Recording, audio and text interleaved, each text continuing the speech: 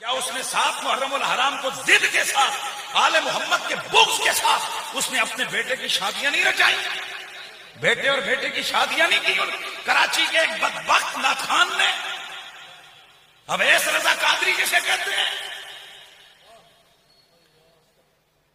کہتے جی مجبوری، تیری بیٹی بھاگ رہی تھی۔ کراچی کے ایک بدبخت ناتخان نے، اویس رضا قادری جسے کہتے ہیں،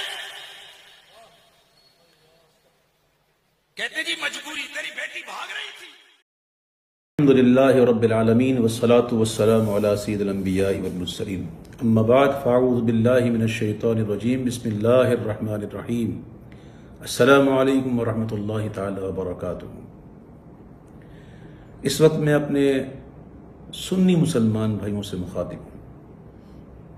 اب بارہا میں کہہ چکا ہوں کہ میں سوشل میڈیا کو پسند نہیں کرتا، نہ میں اس میں شامل ہوں کہیں، کیونکہ سوشل میڈیا پر جو خبریں چلتی ہیں نا وہ بڑی مسالے دار ہوتی ہیں، وہ پتہ نہیں کتنے جھوٹ اور سچ مکس ہو کے وہ جب جاتی ہے تو کئیوں کے لیے پریشانیوں کا باعث بن جاتی ہے۔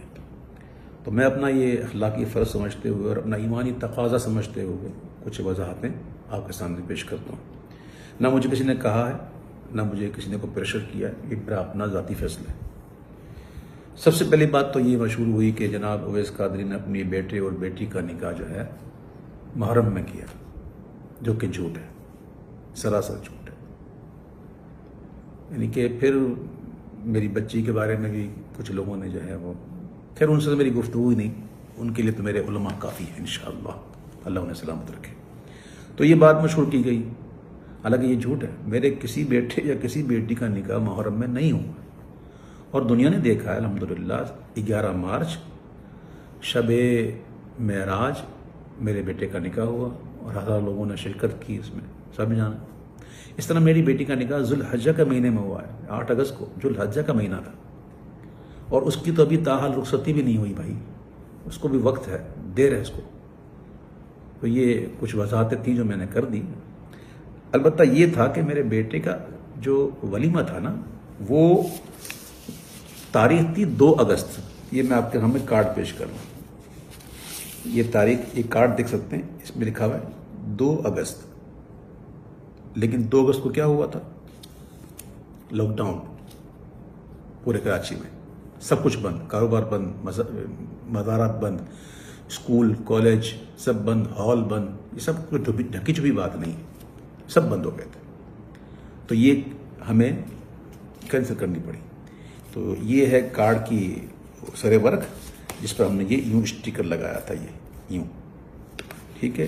اس کے اندر پھر کارڈ ہے، اور میں کارڈ بھی آپ کو دکھائی دوں تاکہ ان لوگوں کی زبانیں بند ہوں جو معاذ اللہ مجھے کہتے ہیں میں نے، معاذ اللہ سما معاذ اللہ، مجھے کہہ رہے کہ میں نے جان بوجھ کر جو ہے وہ اس مہینے میں رکھی ہے۔ استغفر اللہ ربی من کل ذنب واتوب الیہ۔ یہ دیکھیں، یہ کارڈ نیا چھپا ہے۔ ہر کارڈ جس کو میں نے کارڈ کیا، اس کارڈ کے پیچھے ایک کارڈ ہے، یہ دیکھیں، یہ پرانے کارڈ ہے۔ اس میں دیکھیں کیا تھا، سنڈے 2 اگست، یہ نظر آ رہا تھا۔ پر اب یہ تو ہو گئی بات کہ تاریخ تو میں نے پہلے رکھی تھی۔ اب یہ جناب 13 اگست کو کیسے ہوئی؟ تو بات اصل یہ بھائیوں، کچھ ایسے حقائق ہوتے ہیں جو لوگوں کو نہیں پتہ ہوتا، جو قریبی ہوتے ہیں نا ان کو پتہ ہوتا ہے۔ کچھ مجبوریاں ہوتی ہیں۔ اب لوگ کہیں گے کیا مجبوریاں ہوتی ہیں؟ تو میرے بھائیوں، میں اس موقع پہ یہ دعا کروں گا کہ اللہ تعالیٰ آپ کو ایسی مجبوریوں سے بچائے۔ کسی کے ساتھ بھی ہو سکتا ہے، کسی کے ساتھ بھی ہو سکتا ہے۔ میں الحمدللہ جانتا ہوں کہ وہ کام جو اگرچہ جائز ہو لیکن فتنے کا باعث بنے تو اس سے بچنا ہی احوط ہے، میں جانتا ہوں۔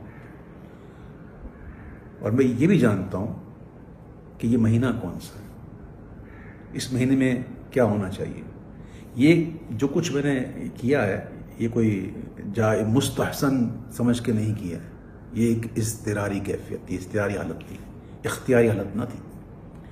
لاک ڈاؤن ہوا، لاک ڈاؤن کے بعد بھی، عاشورے کے بعد بھی کوئی یقینی صورتحال تو تھی نہیں اس کی۔ اور ہال کا پتہ آپ کو کیا معاملہ ہوتا ہے کہ وہ ہال جو ہے وہ تاریخوں پر چلتے ہیں، تاریخیں ہیں ہی نہیں، کیا کرے بندہ۔ تو وہ پھر مہمان آئے ہوئے ہوتے ہیں، کئی باہر ممالک سے آئے ہوتے ہیں، جن کے جانے کا مسئلہ ہوتا ہے، جن کی ٹکٹوں کا مسئلہ ہوتا ہے۔ اور آج کل جانتے ہیں آپ، یہ جو ٹریول کا معاملہ کیسا الجھا ہوا ہے، سیٹیں کہاں ملتی ہیں، کس طرح ملتی ہیں، بڑے معاملات ہوتے ہیں.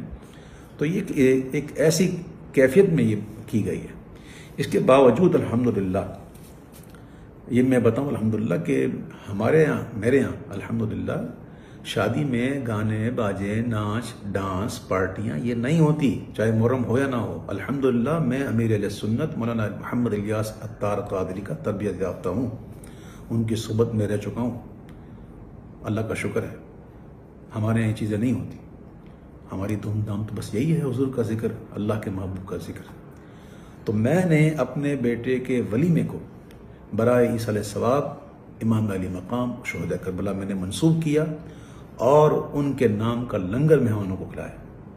اب ذرا یہ بھی دیکھ لیں کہ جو تقریب میں ولیمہ تھی وہ کیسی تھی، جس کے گواہ کراچی کے مستند بڑے بڑے مفتیان کرام، بڑے بڑے علماء کرام، بڑے بڑے سنا حضرات اور دیگر مسلمان موجود تھے جو اس بات کی گواہی دیتے ہیں، اور گواہی دی ہے انہوں نے کہ ایسا ولیمہ ہم نے کبھی زندگی میں نہیں دیکھا کہ جس میں ایسی نعتیں پڑھی جائیں اور ایسے مناقب پڑھے جائیں امام علی مقام کے. مغرب کی نماز با جماعت ادا کی گئی اور پھر 1 گھنٹہ پورا الحمدللہ 1 گھنٹہ سوا گھنٹہ ہم نے عشاء کا وقت شروع ہونے سے پہلے تک ہم نے یہ سلسلہ رکھا. سلام پڑھے گئے، مناقب پڑھے گئے، دعائیں کی گئیں اور پھر عشاء کی نماز با جماعت ادا کی گئی شریعت کے مطابق. اور پھر تمام مہمانوں کو جو ہے وہ لنگر حسینی کھلایا گیا. اور ایک اور بات بتا دوں کہ اس محفل میں میرے بیٹے کا سہرا بھی نہیں پڑھا گیا. بہرحال جو میری ایک وضاحت تھی جو میں سمجھتا ہوں انشاءاللہ آپ لوگ ضرور سمجھیں گے، اور مسلمان کو آپس میں محبت کرنا چاہیے. اس کے علاوہ سوشل میڈیا پر کچھ چاہنے والوں نے میری حمایت میں جو ہے وہ بڑے بڑے دلائل پیش کر دیے، یہ کر دیے، وہ کر دیے. تو بھائی میں یہاں جائز ناجائز کی تو بات کرنا ہی نہیں بیٹھا، نہ مجھے اس میں الجھنا ہے. بس میں یہ سمجھتا ہوں کہ ماہ محرم میں یہ ایسی تقریب جو ہیں شادیوں کی یہ مناسب ہی نہیں، لیکن کچھ مجبوریاں انسان کی ہو جاتی ہیں. ہر سنی کا دل امام علی مقام کی محبت سے لبریز ہے، اور کربلا میں جو ان کے ساتھ ظلم و ستم ہوا اس پر دل مغموم ہے. اور یہ دل مغموم صرف محرم میں ہی نہیں ہوتا، یہ جب بھی ان کی یاد آ جائے. کیا آپ نے نہیں دیکھی کبھی محفل میں میں منقب پڑھتے پڑھتے کیا مجھ پر دقت نہیں ہوتی؟ وہ کون سا محرم ہوتا ہے؟ تو بہرحال الحمدللہ اللہ کا شکر ہے کہ ہمارے دل میں ان کی محبت ہے. سید اعلیٰ حضرت کہتے ہیں کہ جس کے دل میں غم نہ ہو نا ان کا، تو اس کو یہ غم ہونا چاہیے کہ غم ہے کیوں نہیں. تو اللہ کا شکر ہے کہ ہم اس ماحول میں پلے بڑے ہیں جہاں الحمدللہ اہل بیت کی محبت لائی جاتی ہے. تو میں عرض کر رہا تھا کہ میرے کئی سنی بھائیوں نے جو ہے ماشاءاللہ محبت میں آ کر بڑی معاملات کیے. تو میں ان سے ہاتھ جوڑ کر عرض کرتا ہوں کہ برائے مدینہ کسی قسم کی اس قسم کی کوئی تقریر یا کوئی آپ نہ کریں، آپ کی بڑی مہربانی. میں سادات کا ایک ادنا غلام ہوں، میں ان کے در کا ادنا فقیر ہوں. میری اپنی کوئی عزت نہیں، میں ایک ذلیل انسان ہوں. میری جتنی عزتیں ہیں سب ان کے نالین کے صدقے میں، حضور کے نالین کے صدقے میں. تو سادات کرام یقیناً اس قسم کی جو بناوٹی خبریں سن کر ان کے دل پر تو ناگوار گزرا ہوگا، اور انہوں نے جذبات میں آ کر باتیں بھی کی ہوں گی. ان کا قصور بھی نہیں ہے اس میں.